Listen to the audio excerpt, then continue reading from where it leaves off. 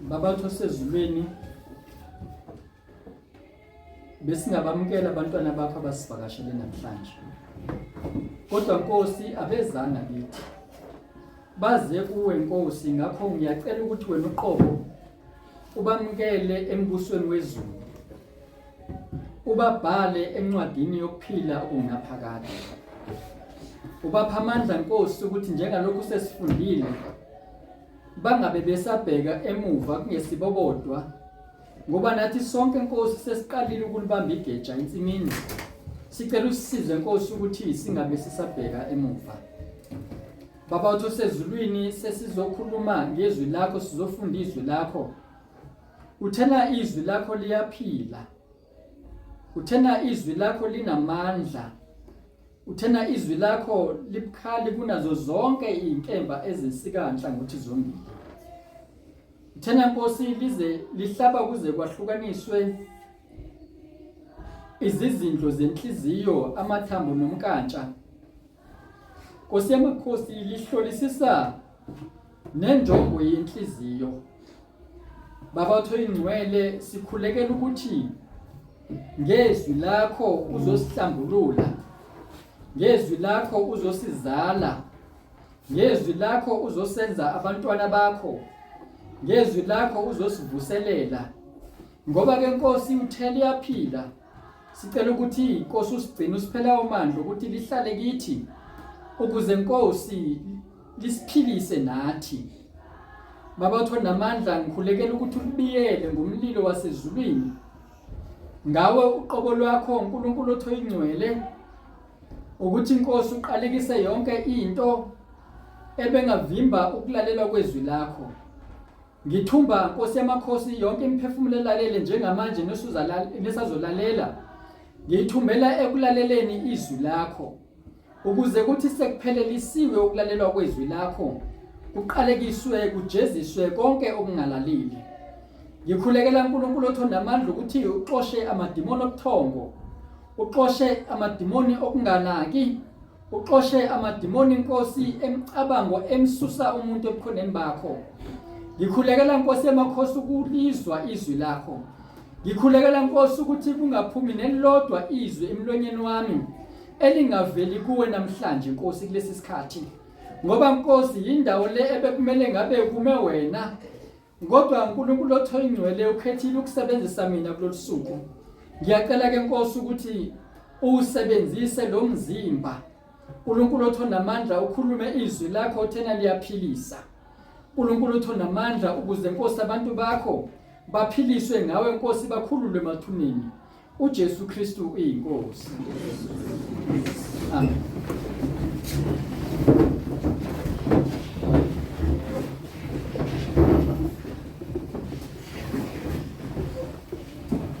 Namhlanje ke sizokhuluma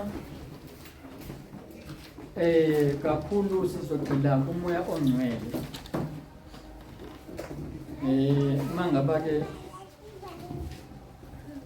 ongumfundisi kwesinye isikhathi uyabusiswe ngamanye amazwi, ucabanga ukuthi uzokhuluma ngento ethize, bese ke umnikazi wezulu noma zabantu abese adecide ngokwakhe ukuthi no, nali ivesi noma nangamazwi engifuna ukuthi ngiwakhulume kubantu.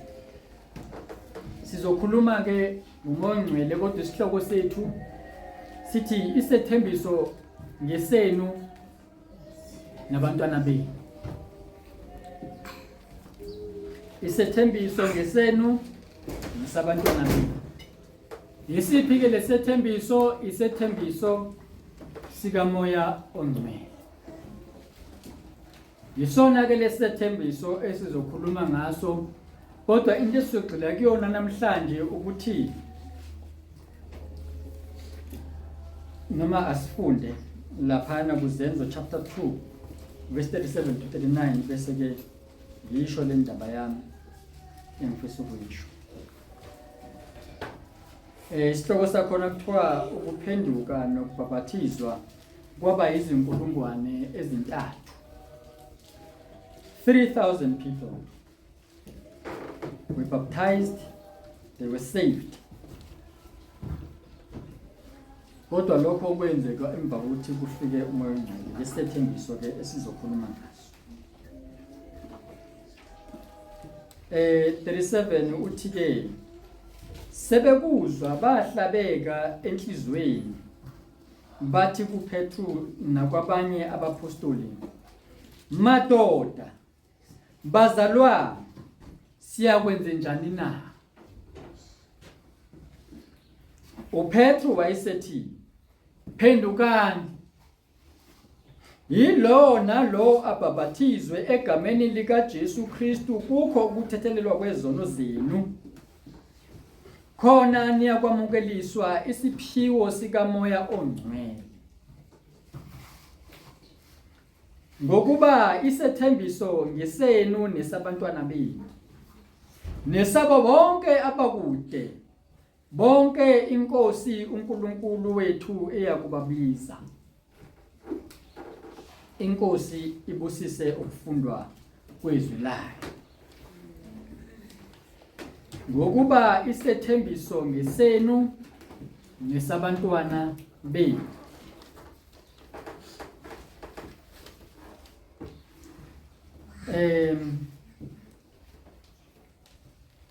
Lesithembiso nalomoya ongcwele esizwa ngaye la, uma uyibhekisisa kahle, uyizwisisa kahle le ndaba, mabebuza labantu abashunyayezwa uPetru ukuthi usukhulume zonke lezi zinto wePetru, sesikuzwileke manje ke sizosenze njani ke thina? Siyithi nje sihlezi la, yini ekumele siyenze? Into yokuqala ekuthiwa mabayenze, phendukani. Yabona umuntu ofuna ubuso bukaNkulunkulu, umuntu osonela kuNkulunkulu, istep sokuqala ukuphenduka.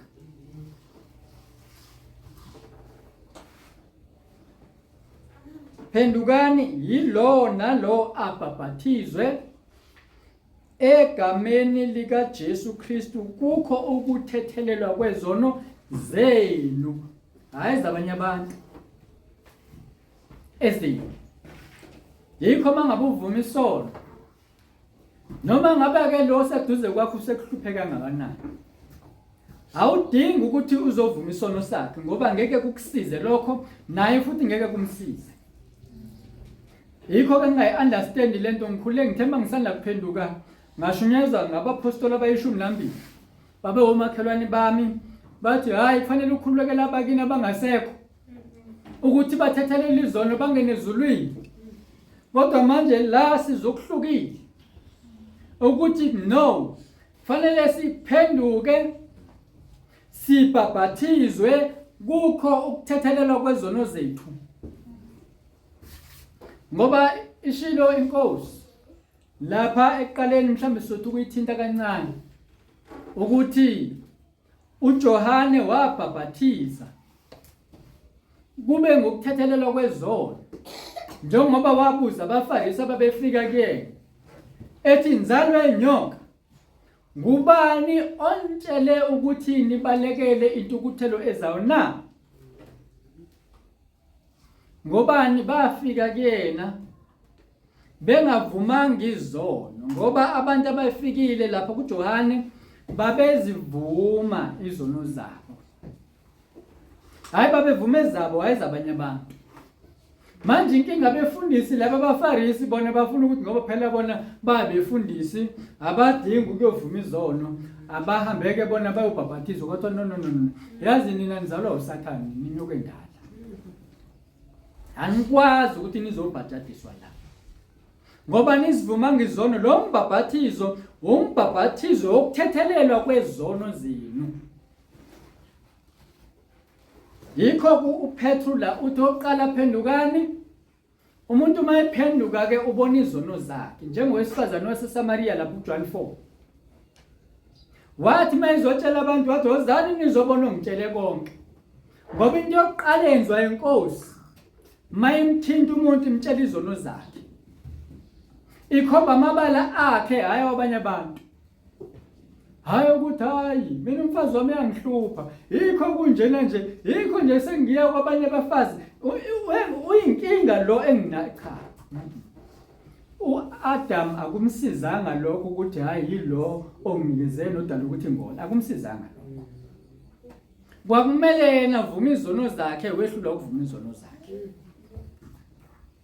so istep sokuqala ke leso kodwa manje njengoba ke thina ke ngikholwa ukuthi njengoba sila abaningi bethu uma kungesibo bonke noma kungethina sonke siphendukile ngithi uma siphendukile ithi indaba lana okokuqala phendukani yilowo nalowo each and every one of you ababhathizwe egameni lika Jesu Kristu kukho ukuthethelelwa kwezono zenu khona niyakwamukeliswa isiphiwo sikamoya ongcwele kusho ukuthi umoya ongcwele uvinjwa ukuthi umuntu akaphendukile kukho ukuthethelelwa kwezono zakhe kusho ukuthi uma ngabe usezonweni you can be sure ukuthi awunaye umoya ongcwele uma uphila esonweni you can be sure ukuthi umoya ongcwele awunaye noma ungumzalwane oseneminyaka e100 ukholiwe but you can be sure ukuthi indaba iqala ekuthethelweni kwezono zakho bese ke kuthiwa khona therefore you will receive the Holy Spirit or the gift of the Holy Spirit kusho ukuthi umoya ongcwele uyisipho isipho ke usithola ngomusa so ukuze wenzelwe umusa ukuthi uthole lesipho kunomgomo nombandela njengoba wena unezingane lapha ekhaya awusuke nje uyothenga ukudla uthengele yonke abanye izoshiya izingane zakho noma ungakwenza lokho kodwa uqala la enganeni zakho ngithi so umgomo nombandela ukuthi qale wenze indlela ezokwenza ukuthi ube ngumntwana kaNkuluNkulu bese uma usungumntwana kaNkuluNkulu ubuNkulunkulu bungene kuwe lesipho leso sobuNkulunkulu umoya ongcwele but uqale umvulele yikho phela inkosi lapha ku Revelations 3 verse 20 ithi bheka ngiyanqonqotha uthi bheka ngimi ngasemnyango ngiqonqotha yilo nalo ovulayo ngiyakungena kuye ngidle naye adle nami mayinqonqotha ke ingenxa ukuthi uvinjwe izono uyafuna yena ukungena kodwa inkinga ukuthi ungena ngomoya ongcwele njengoba lo moya engcwele kufanele uqale kuphume ini ukungcola kufanele kuphume umoya ongcolileyo yabona lapha ensimini yaseEden kwenzeka iexchange ngesikhathi uNkulunkulu emdalile umuntu wayeseyaphefumula umphefumulo wokuphila kumuntu wayese umuntu ephila ngoba sekuphefumule umphefumulo wokuphila ophefumulwe uNkulunkulu wayesefika uSathane wakhuluma amazwi angcolileyo wayese umuntu wawamkela amazwi angcolileyo mayewamkela amazwi angcolileyo lokho kwadala ukona mayesekudala ukona kahle kahle ukwamkela kwakhe kwadala ukungcola kumuntu makudaleka ukungcola waphuma umoya wokuphila yikho phela uNkulunkulu wathi mhlazana udla lapho uzofa nokufa. Kwaphuma ke lo moya wokuphila kumuntu, kwangena umoya wokufa kaSathane, umoya wesikoko. Wase umuntu ephila nomoya ongcolileyo wesihloko. So ngoba umuntu iziqe ezintathu, ungumzimba, ungumphefumulo, ungumoya. So umuntu ongaphendukile nomuntu osezonweni unomoya ongcolileyo. So ngesikhathi uvuma izono ukhipha ukungcola, ngesikhathi kuphuma ukungcola kuwena nalo moya kongcolile ayisekho indawo kuyena, naye ke bese yaphuma, bese ke kudaleka ke isikhala sokuthi phela ukuze nawe ufuze uNkulunkulu ube iziqe ezintathu akungena umoya ongcwele, abese yangena. Ungena kanjalo ukuthi indaba iqala ngokuthi umuntu aphenduke. Kukho ukuthethelelwa kwezono, bese ke lithi iBhayibheli ke ukubhajathizwa noma ukubhabhathizwa kungumfanekiso wokufa. Umuntu angcwatshwe omdala njengoba inkosi uJesu yangcwatshwa nje. Encwatshweni kwayo yabuya isingesinye isimo, isitholakala ivele ingene nje kuvaliwe lapha eminyango. Ngobani? Yaqale yangena ekufeni. Ngoba lithi iBhayibheli uma uhlamvu noma imbewu noma uhlamvu lwembewu lungawi lugqibeke emhlabathini, angeke likwazi ukuveza okuningi kodwa lingagcina selifa. So inkosi uJesu ke yangena emhlabathini ukuze sivuswe kanye nayo. Sikhuluma ke ngomoya ongcwele. Ake sibuyele ekuthaneni ke manje umuntu uthola kanjani umoya ongcwele? Noma indaba yokuthi awuthole, sizwile ukuthi umuntu step sokuqala ukuphenduka, abhajathizwe. Okwesithathu ke wamkeliswa isipho sikamoya ongcwele. Kodwa ke indaba iqala kuphi? Kuze kufinyelele lapho nje umbuzo noma indaba isekuthaneni, laba bantu abezwe le ndaba babe kuphi? Ngoba kusiba bonke ababekhona kule ndawo. Kukhona ababengekho abangawezwanga lawo mazwi. So indawo okuyona it matters ukuze uzwe amazwi okuphila. Ukuthi ukuphi it matters. So akusiyona yonke indawo la ukhona la uzothola khona ukuphila okunaphakade. So umbuzo uthi ke beze bezwe lamazwi nje babe kuphi kanti? Lamazwi azobaholela ekuphileni okunaphakade. Ngoba kusho ukuthi mangabe kunendawo la uzothola amazwi okuphila okunaphakade, kunendawo futhi ongazithola kuyona ezokulethela ukubhujiswa konaphakade. Lapha noma ubheka izenzo 1 verse 4 kuya ku5, sithola ukuthi babe kuphi laba bantu. Uthiwa kwathi ehlangene nabo wabayala ngokuthi ningamuki eJerusalema. Yacaca ukuthi babe seJerusalema laba bantu. Kodwa nihlalele isithembiso sikayise enasizwa ngami. Kodwa ke la ake ngilungiseke. Nihlalele isithembiso sikababa enasizwa ngami. Ngokuba uJohane wayebhabhathiza ngamanzi, kepha nina niza kubhabhathizwa ngomoya ongcwele kungakadluli izinsuku eziningi. Indaba eqale ekuthenini abahlale la eJerusalema ukuze balindele isethembiso sikababa esasikhulunywe inkosi uJesu kubona. Laba bantu abafundi benkosi uJesu bahambe nenkosi uJesu, bathunywa futhi banikezwa amandla. Akushiwo ukuthi banikezwa uma ubheka lapha uMateyu 10, akushiwo ukuthi banikezwa umoya ongcwele kodwa kuthiwa banikezwa amandla.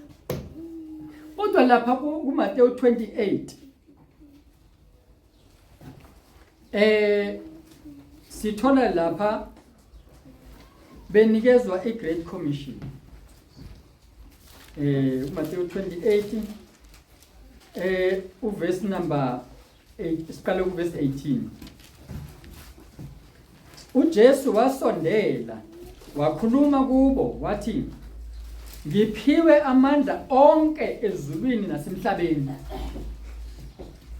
Ngalokho hambani nenze izizwe zonke abafundi, nibabhaphathize egameni likaYise. Okokuqala benziwa abafundi ukuthi baphenduke. Okwesibili babhaphathizwe, fanele babhaphathize egameni likaBaba nelendodana nelikaMoya ongcwele. Nibafundise ukugcina konke enginiyale ngakho.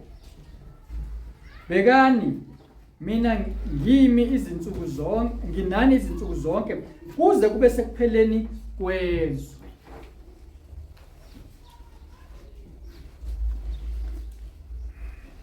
Uthi la nibafundise ukugcina konke enginiyale ngakho. Kusho ukuthi yonke into njengalokhu kulezi insuku sifundiswa ngentshumayelo yasentabeni. Yabona yonke le nto ebhalwe lapha entshumayelweni yasentabeni. Kuthiwe thina masifundiswe ukugcina konke. Njengoba abanye ke bethi hayi thina siphile eTestamenteni Elisha asihambi ngomthetho. Ngakho kunezinto ezibhalwe emthethweni kaMose singeke sizenze.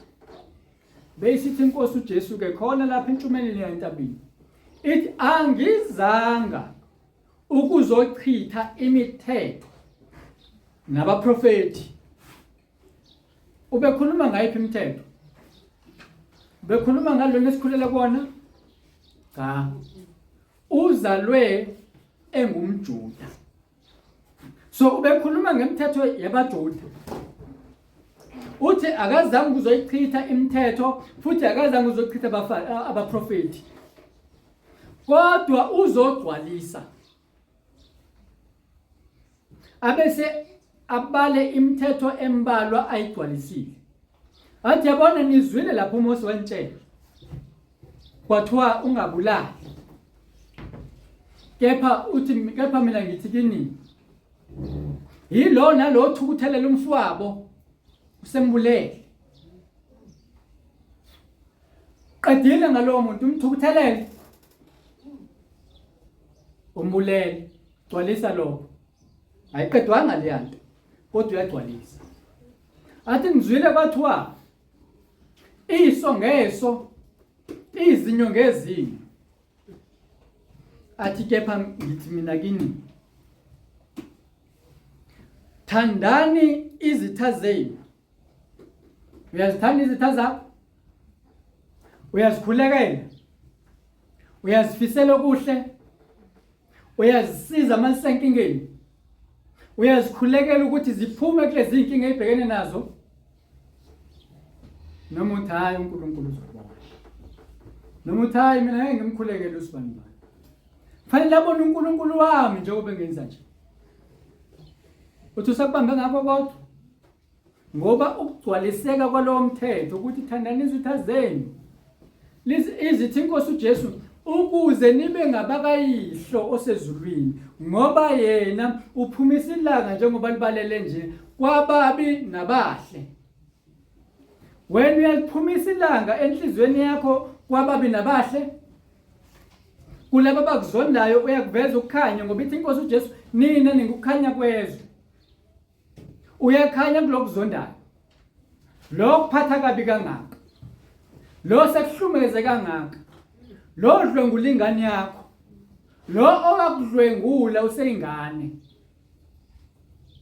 lo wakukhulelisa edlala ngawe ethi uzokushada kanti udlala ngawe nje waqambela amanga. Uyamthanda ngothando lukaKristu na? Noma uyamzonda? Uma wakho mhlawumbe uyamzonda ngoba wenza lokhu nalokhu nalokhu. Mhlawumbe uyena owakulethela umfana ngoba embone emekahle wena usathi hayi ngimthanda impela lo mfana, kodwa uma wakho yena wakudonsela lo mfana lo wagcina nawe uvuma into wrong, ngoba bakhona omama banjalo. Ngithe ngikhulu impela uthi ungene etaxini omama bathi hawu mkhwenyana, hawu ngiqhumane nengane yakho yini ngize ngomkhwenyana wakho. Wonke umfana ngumkhwenyana, yikho ingane zamantombazane zifeba kangaka nje ngoba omama babe bebiza abafana ngabakhwenyana babo. Ngoba lento ikhuluma njalo nje igcine seyenzeka, bese futhi masebuya nabafana abaningi esebuya nengane uyistebele ufuze bani.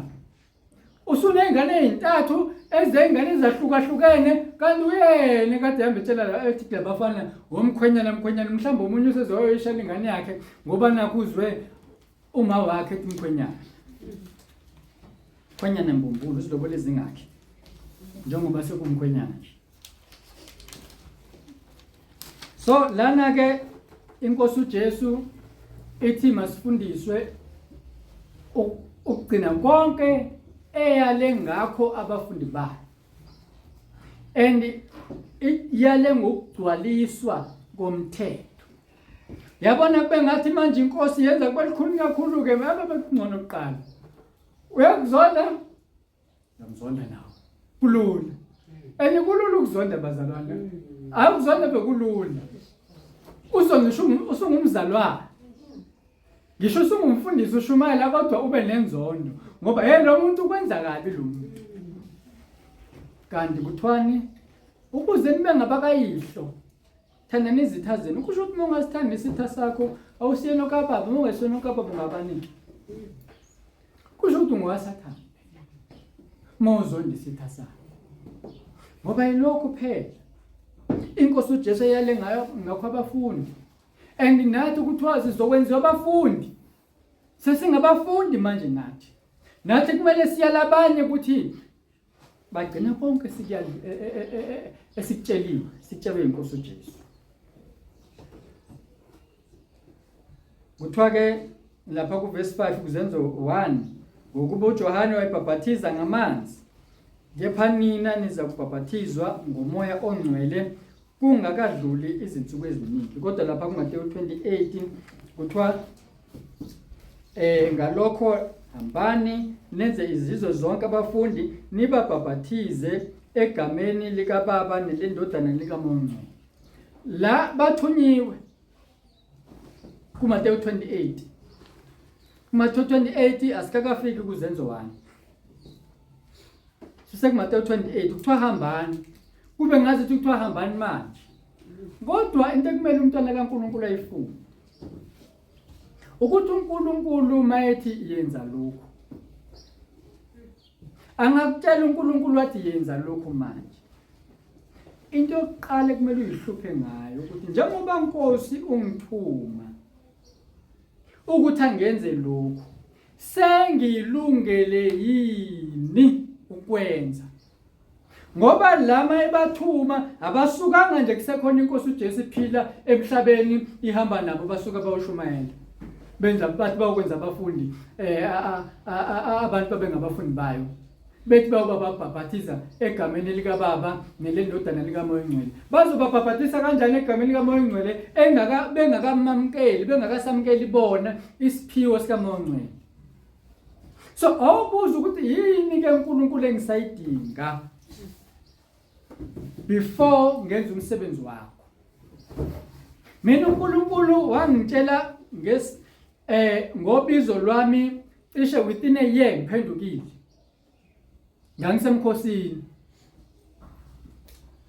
Kodwa ungisebenzise emva kweminyaka eminingi.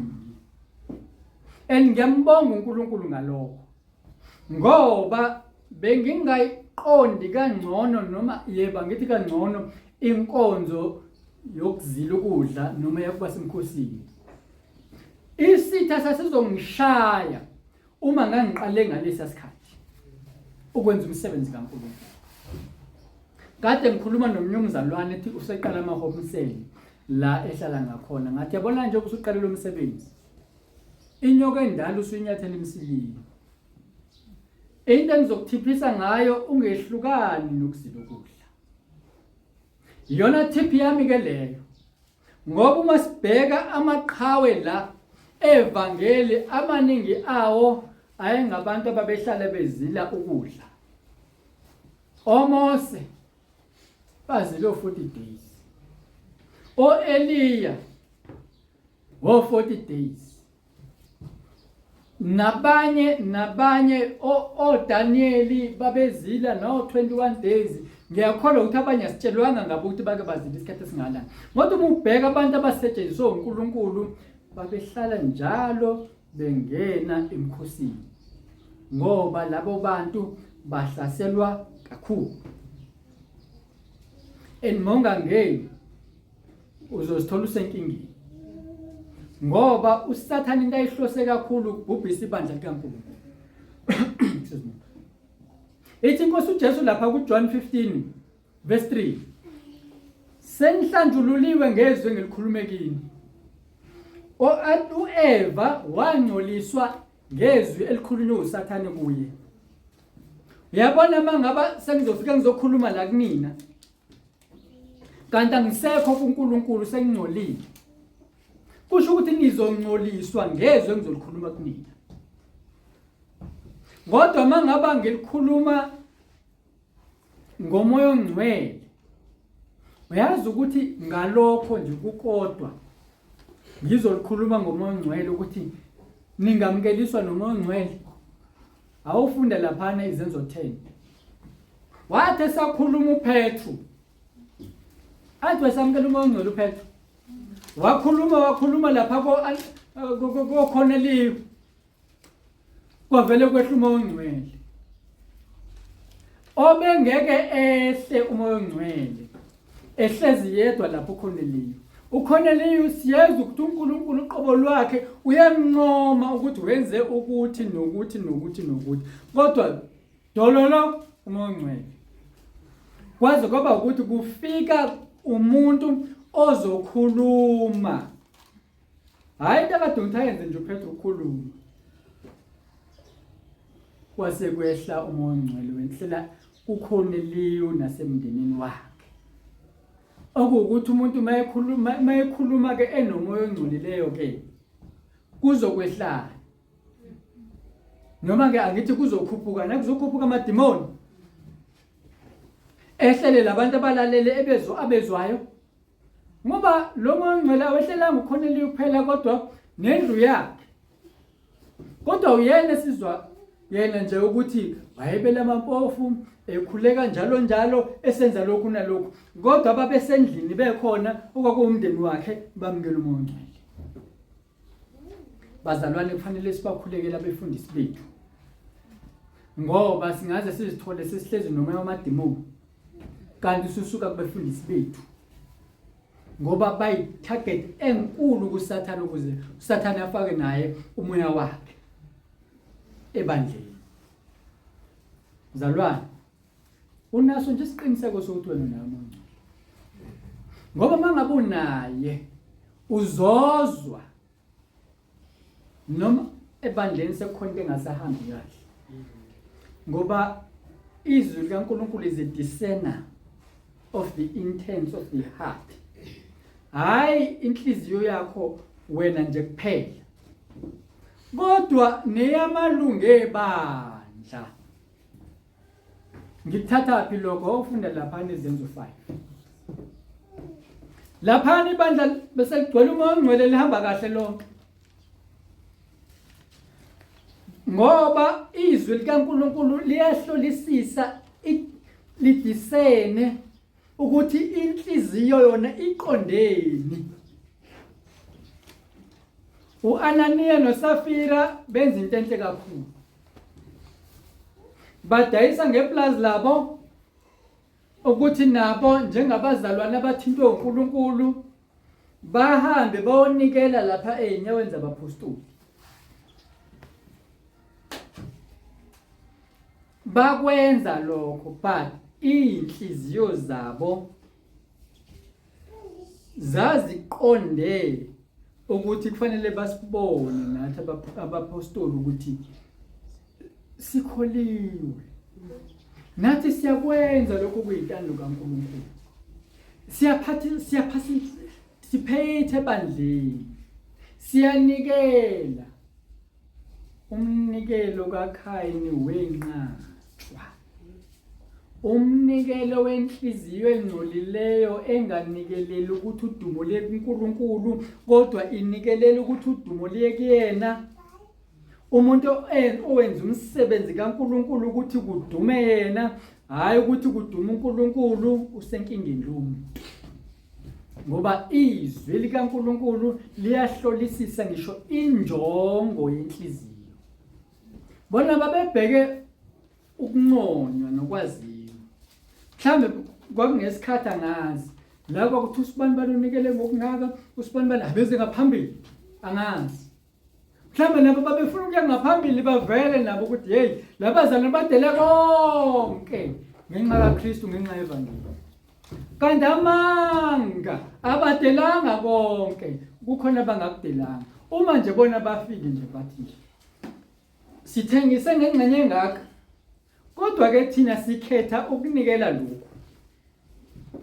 Mhlawumbe ngokuzomenyezela ukuthi osibani bano Ananiya noSafira lo yamndeni lo ukhethe wona ukuthi uzonikela ngo50%. Kodwa khona iplazi lidayiswe ngo10 million kodwa bona bazonikela nge5 million kuphela. Yazi lokho kwangeke kubangenise esikogweni. Kwangeke kubabulalise kodwa injongo inhliziyo yabo yayikuphi. Qaphela ukuthi lokho kwenzayo ukwenza ngamuphi umoya unaye yini umoya ongcwele ukuze ukwazi ukuthi umoya ongcwele ngoba umoya ongcwele wakhuluma kuPetro wathi hey yabona labo bantu baqamba amanga and ngoba la kugcwele mina bawaqamba kimi umoya ongcwele kusho umoya ongcwele. Hey kwasho ukuthi bayisusele baqamba amanga kumoya ongcwele ethi inkosi uJesu ohlambalaza umoya ongcwele angeke athethelelwe kuleli nakwelizayo.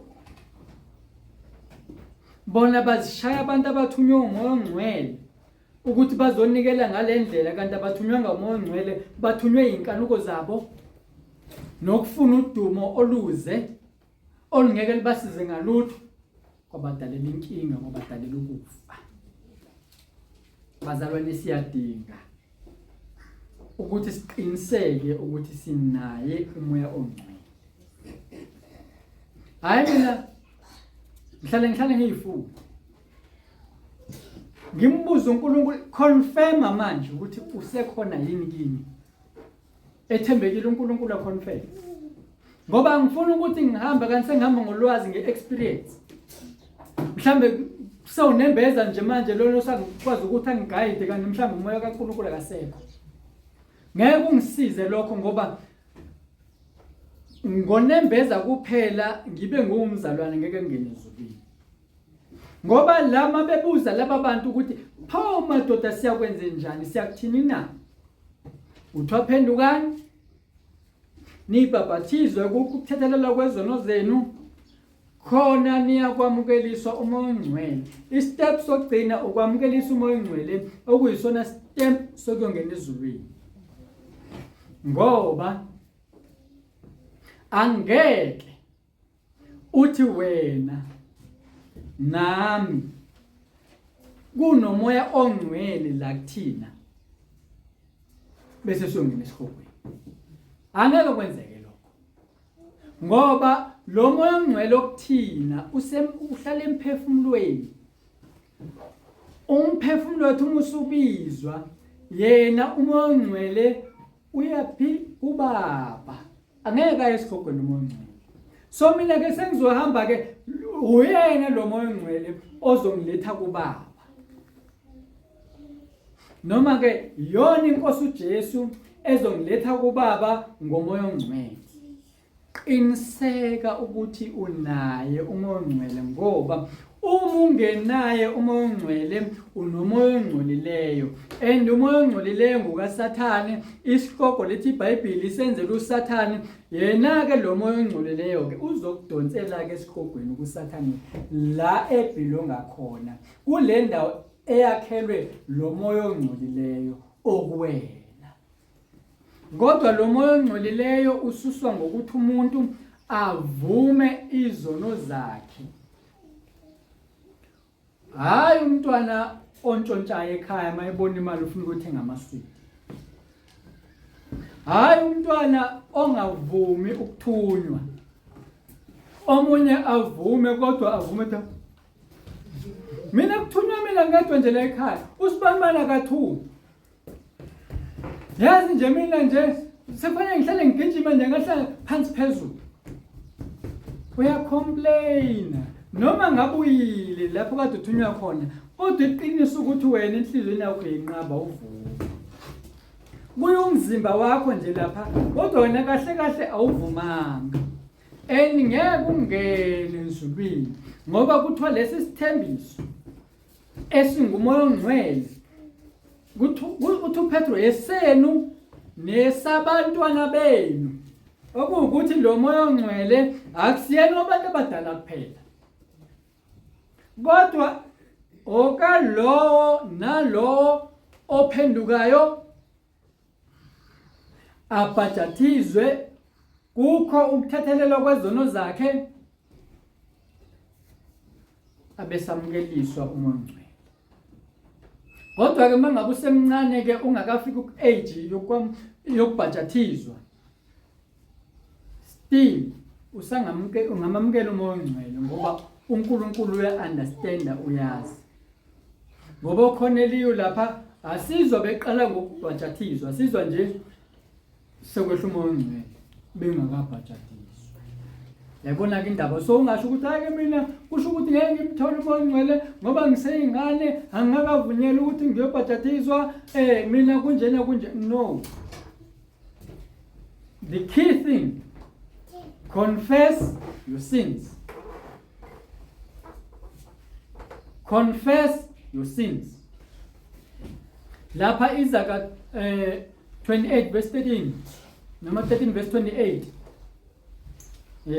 Ngoba nakho sengiyaphambanisa, ake ngizama ukuthi ngilibheke. Isaiah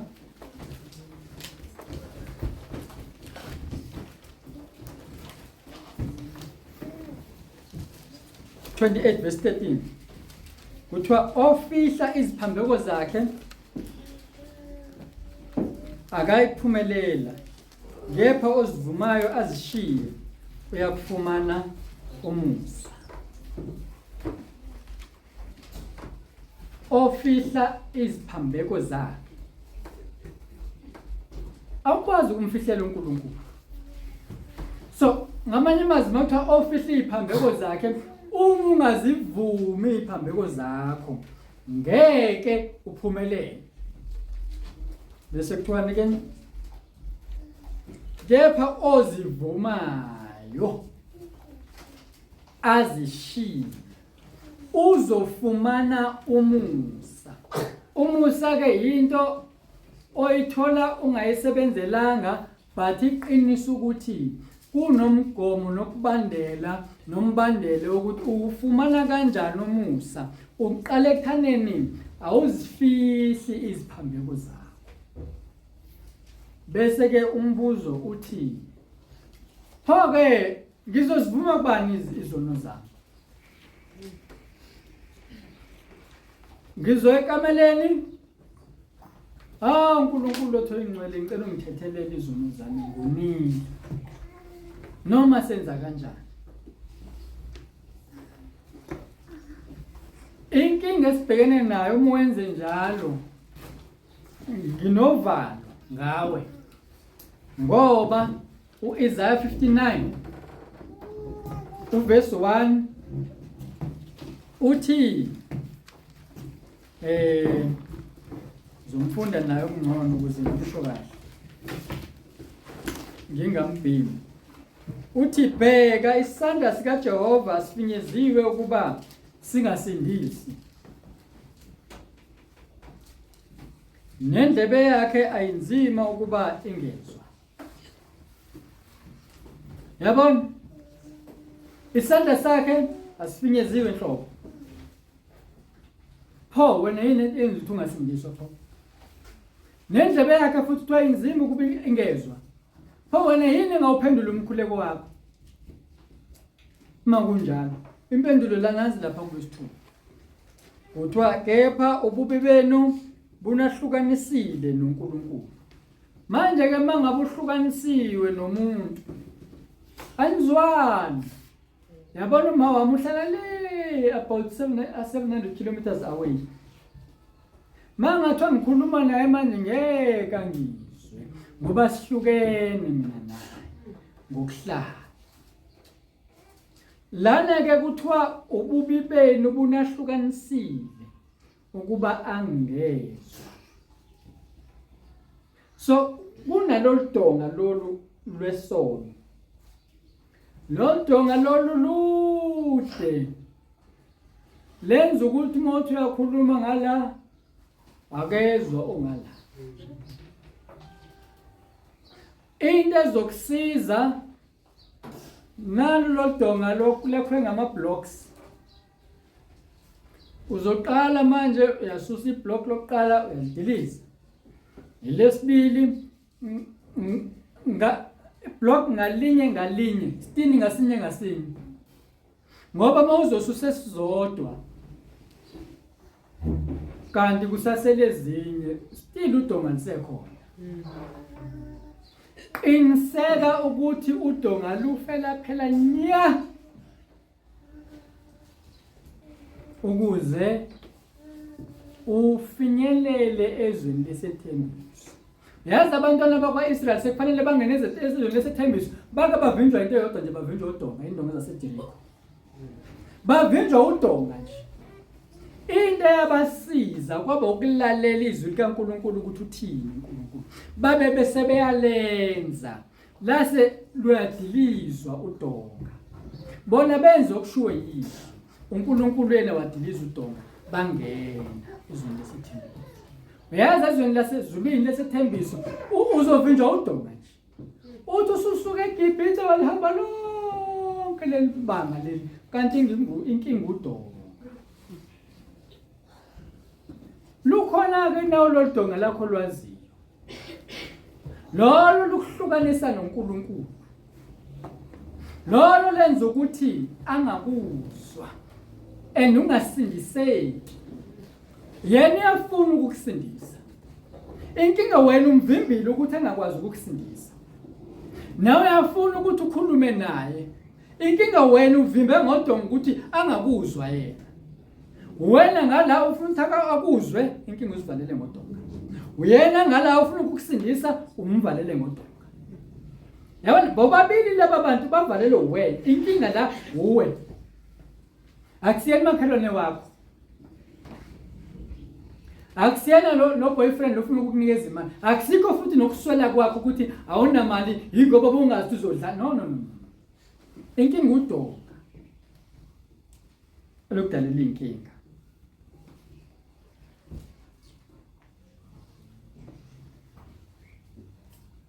Udonga. So bese lapha ke uzenzo lapho besifaka. Uthi ke ngokuba uJohane wayibhaphathiza ngamanzi kepha mina nina nizabhaphathizwa ngomoya ongcwele kungakadluli izinsuku eziningi. Sengigcine sengiphumileke manje endabeni yami ukuthi babe kuphi. Bengisafisa ukugxila lapha ukuthi babe seJerusalem. Kodwa ke ngiyabuka isikhathi la ukuthi sesihambile. Kuneyingane concentration level yakhona izophela. Angiyibambe la yangazi-ke noma sizoqhubeka yini kodwa iningi into esingayifunda ngaye umoya ongcwele. Kodwa into esiyithole la, just to recap, into yokuqala ezokwenza ukuthi ngoba laba abantu ababelalele ngikholwa ukuthi babuze thina sokwenze njani nje, babefuna ukufana nabo labo, babebona hayibo asifani nalaba bantu, sihlezi nabo endlini eyodwa kodwa asifani nabo, asihambi indlela eyodwa, asikho endleleni eyodwa, sizokwenza njani ukuthi thina sifane nani. Kwasho khona-ke ukuthi inkinga izona, kwasho khona ukuthi laba kubizwa ukuthi mabaphenduke kuqala ukuze bafane nalabo, babe into eyodwa, bahambisana, and fanele bahlale behambisana njalo, ngoba uma bengahambisani lo moya ongcwele unesikhwele akafuni into engcwele endlini yakhe, kuzokwenzeka kuwena njengaka-Ananiya noSafira. Uma uzohluleka uzoqhubeka uhlale nabangcwele kanti uza ngenkohliso. Kwathiwa-ke nibhabhathizwe, kukho ukuthethelelwa kwezono zenu. Lokho-ke kuya kunisiza ukuthi namukeliswe isipho sikamoya ongcwele elithi iBhayibheli umoya ongcwele uhlala nathi kuze kube phakade. Kumnandi ukuba nomoya ongcwele ngoba une-guaranteed yokuthi uzohlala kuNkulunkulu forever. So uma ufuna ukuba ne-guarantee, vuma izono zakho uyishiye, ngoba sikwazi ukuhlala esonweni bazalwane, asikwazi ukuhlala esonweni. Uma ukhubekile njengoba besho umpostoli John uthi uma ukhubekile bukela kuNkulunkulu masinyane, lisekhona ithuba, uvuma izono zakho uyishiye. Bantu abami, vumani izono nizishiye, and izono uzivuma kulogcotshiwe bengakawupheli lona sivuma, uzivuma kogcotshiwe ngoba wena ngithoni uhlukane noNkulunkulu, noma ungathi uyazivuma inkinga nalodona. So kumele ukuthi uqale uzivuma kulo obhedezela udonga, onomoya ongcwele, ogcotshwe uNkulunkulu, bese-ke uyakwazi ukuthi nomkhuleko wakho uzwakale kuNkulunkulu, wamukeliswe isipho sikamoya ongcwele okuyisona sipho esiphethe ukuphila, ngoba u-Adamu waphefumulelwa umoya wokuphila. Nawe-ke uzophinde-ke manje kwenzeke leya nto eyenzeke ku-Adamu ukuthi uphefumulelwe umoya wokuphila bese uphilwe kunaphakade. Le nto ayithi noma leli lizwe lelithi uzofa nokufa kukhanselwe, kuthiwe X Satan uyofa wena. Lo ngoba uvuma izono zakhe akasayi ekufeni. Kodwa uma unenkani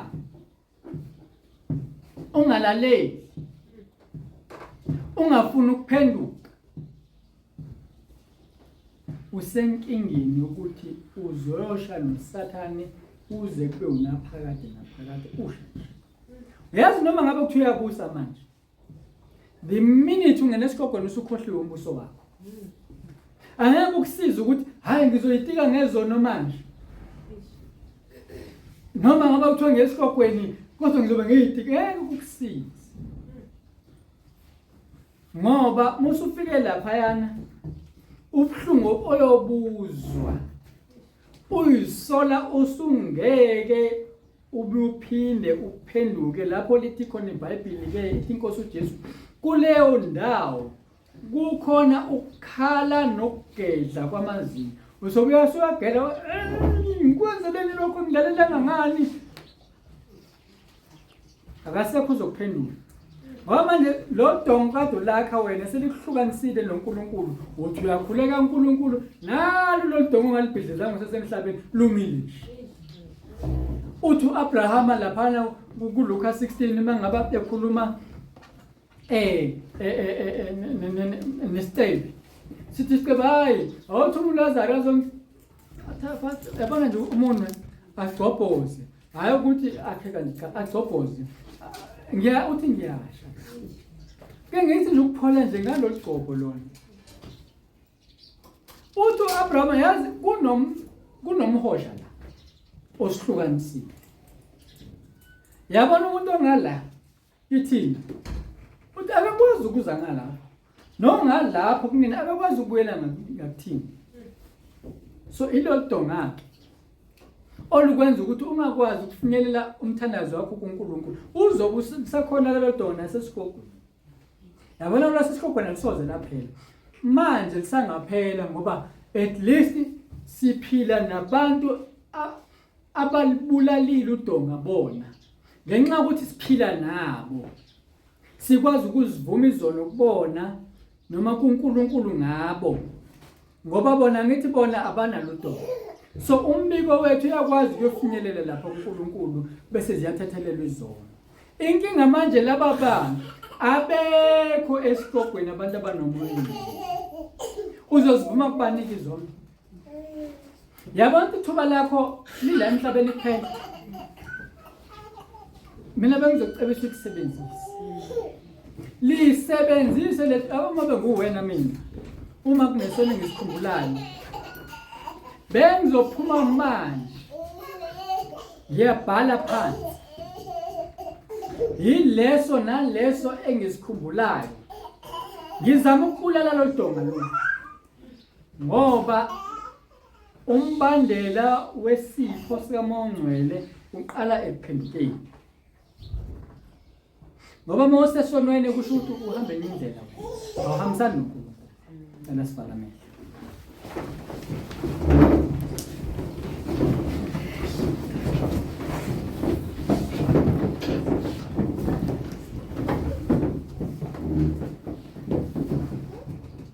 baba uthi noMose namhlanje ukhuluma kanjena ngokuyasithanda ukhuluma kanjena ngoba usakhuluma lelozwi Inkosi Jesu waqala ngalo uvumo lomlomo umushumayela wathi Inkosi asiphenduke ngoba umbuso wezulu ususondele ngoba Nkosi uma singatheli ngisisile lesikhathi Nkosi singahle silahlekelwe ngumbuso wezulu umbuso wezulu Nkosi siyezwa la ukuthi usibiza ukuthi asiphenduke noma sesithi sikholwe iminyaka eminingi kodwa Nkosi wena uyasazi wazi Nkosi ukujula kweinhliziyo zethu wazi Nkosi uhlola nezinso zethu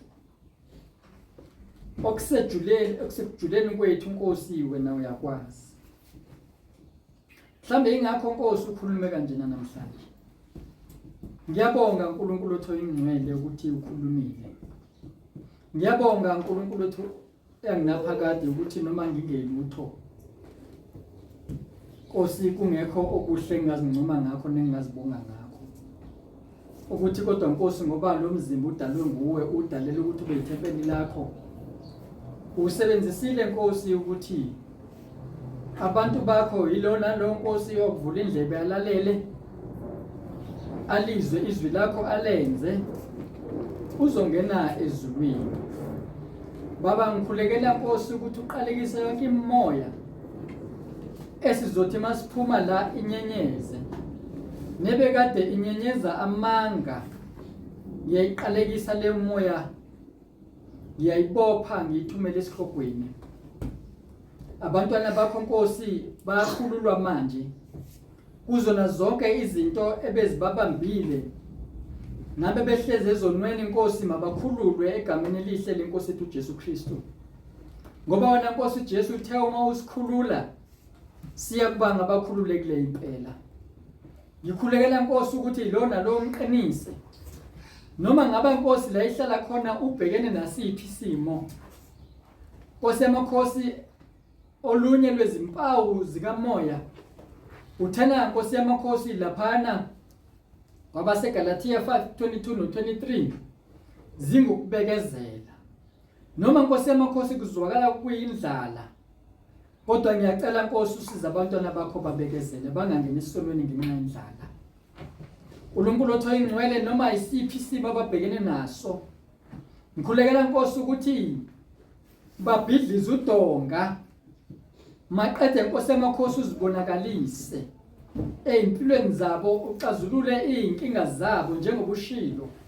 Wathi ububi bethu busahlukanisile nawe ukubungezwa. Ngakho Nkosi, uma sizivuma izono zethu, kwenza Nkosi ukuthi uzwe imikhuleko yethu. Sisize sonke Nkosi, sinemkhuleko eyahlukahlukene, ukuthi uNkulunkulu oyingcwele sidilise udonga. Masiyibone imikhuleko engaphendulwa, masibuze kuwe Nkosi ukuthi kungani ingaphendula imikhuleko yethu. Hleze Nkosi kukhona esingakunakile esingakuqapheli. Hleze mhlambe sisenemagqubu nabanye abantu. Hleze Nkosi kunabantu abanamagqubu nathi. Kanti uthezweni lakho Nkosi, uma siyonikela umnikelo kuwe, ngisho nokufika kwethu Nkosi enkonzweni bekuzonikela kuwe, ngoba uthena masibe ngumnikelo ophilileyo nopheleleyo nothandeka kuwe. uNkulunkulu oyingcwele uthena ke lo muntu makabuyele emuva ayobuyisana nalowo muntu onegqubu naye, andukuba anikele umnikelo. Siyakhuleka ke uNkulunkulu oyingcwele, sifuna ukubuyisana. Makuthi lona lo phakathi kwethu Nkosi, mayiphuma la ekhumbula ukuthi kunomuntu onegqubu naye, Nkosi abuyisane naye ngoba usiyalile. Ukuthi uma kuya ngokwethu kungenzeka ngokwethu, masihlalisane ngokuthula nabo bonke, singcweliswe ngoba ongenakho ukuthula nokungcweliswa ngeyibona Nkosi. Yebo Nkosi, esinye seyithelo futhi uthena Nkosi ngokuthula. Umuntu uma engenakho ukuthula, kusivezela ukuthi kungenzeka ukuthi akanaye, empeleni akanaye umoya ongcwele ngoba engenakho ukuthula, ngoba kungolunye lwezimpawu zokuthi umuntu unomoya ongcwele. Ngiyakhuleka ke uNkulunkulu othona amandla ukuthi usiphe leyo moya ngokuzihlolisisa Nkosi, ukuthi ngempela sinazo yini izimpawu zikamoya, sinakho yini ukuthula kwelona lo ihlolisise. Uma siyibiza ngabazalwane, sinakho yini ukubekezela, siyababekezelela yini abanye abantu, siyazibekezelela yini izitha zethu, siyababekezelela yini abahluphi bethu, siyayenza yini into Nkosi owayenza usesiphambanweni wathi baba bathethelele ngoba abakwazi abakwenzayo. noStefane wathi Nkosi ungababaleli lesisono. Usemakhosi siyacela ukuthi usiphuma othando, ngoba lezi zinto Nkosi ezibukeka zizincane ezizosivimba ukungeneni kwezulu, engeneni ezulwini. Lithi izwi lakho sibambeleni impungusho ezincane ngoba ziyasiqeda isivini. Baba thona amandla, siyacela ukuthi usikhumbuze nalezi zono Nkosi esizibona zizincane ngoba ziyasiqeda isivini. Senzele umusa uNkulunkulu othona amandla emndenini yethu, sibe ukukhanya kwezwe. Emndenini yethu Nkosi yamakhosi, sibe usawoti wezwe, singabe usawoti odumele ngumkaloto obuyele emuva noma obheke emuva, kodwa Nkosi yamakhosi sibe usawoti wezwe ozonandisa izwe, ukuthi Nkosi yamakhosi ngenxa yethu umhlaba uqhubeke ubusise. Ngiyakhuleka uNkulunkulu othona amandla ukuthi uqinise lona lo buthakathaka Nkosi emoyeni, nalowo Nkosi obuthakathaka emzimbeni ngicela ukuthi umphilise. Ngicela uNkulunkulu othona amandla ulungise ibandla lakho lakhe, ngoba Nkosi Jesu usuzobuya uzokwakha Nkosi yamakhosi abantu ozobalanda emhlabeni. uNkulunkulu oyingcwele, ngikhulekela ukuthi usiqinise ekukholweni, usenzele umusa ukuthi sikhulekelane ngezikhathi zonke, sikhumbulane Nkosi yamakhosi uzuvuso wakho umsebenzi empilweni zethu, usibonise Nkosi yamakhosi amacala ethu ekufanele siwavume siwalungise kuwe nakubantu uNkulunkulu othona nomusa, ukuze Nkosi ukwazi ukusikhombisa ekufanele sikwenze. Senzele umusa ke Nkosi ukuthi sifane nabafundi bakho, ukuthi Nkosi singakakwenzi osithume khona siqaphelisise ukuthi sinaye yini umoya ongcwele, ngoba noma ububathumile kodwa umsebenzi uqale nomoya ongcwele, ukuze umsebenzi uqalwe nguwe. Wawungafuni ukuthi umsebenzi uqalwe ngabantu kodwa uqalwe nguwe. Wawuqala ke Nkosi ngosuku lwePentecost. Ngicela Nkosi ukuthi lelo Pentecost liqhubeke Nkosi, ubhebhetheke nomoya wakho ongcwele Nkosi kubantu bonke, behlelwe ngumoya ongcwele abantwana bakho Nkosi, kube ibandla leli elinomoya ongcwele okungeke kungene ongcolileyo lingaboni ibandla lakho ngenxa ukuthi lingenawo umoya. Kodwa njengalokhu kwenzeka uPetru wabona mangabo Ananiya noSafira befika nomoya wenkohliso, ngikhulekela lelo bandla ukuthi Nkosi yilona lo Nkosi ongumntwana wakho angenwe Nkosi lesi sipho, amukele lesipho sika moya ongcwele. Ngikhulekela Nkosi ukuthi lona lowo osesonweni uNkulunkulu othona nomusa asivume isono sakhe, asishiye, abhadadiswe egameni lenkosi yethu uJesu Kristu, amukeliswe isipho sika moya ongcwele. Kube yilona lo wazifunisise ukuthi ngempela usenaye yini umoya ongcwele, ngoba angeke singene ezulwini singenaye umoya ongcwele, ngoba nguye umoya ongcwele lowo owavusa inkosi yamakhosi kwabafileyo. Nguye lo moya osizokwazi ukuthi sifinyelele kuBaba ngenkosi uJesu, ngoba yona isithumelela umoya ongcwele. uJesu Kristu uyinkosi.